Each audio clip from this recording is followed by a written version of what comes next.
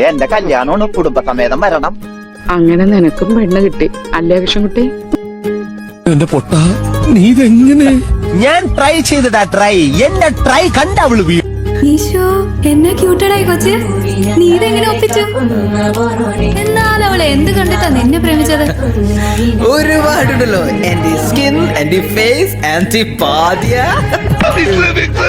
ഈ കല്യാണം നമ്മൾ ഉറപ്പിച്ചിരിക്കുന്നു. തന്നെ കണ്ട എനിക്കിപ്പോ ഐശ്വര്യ പോലെ തോന്നുക. പ്രോമിസ്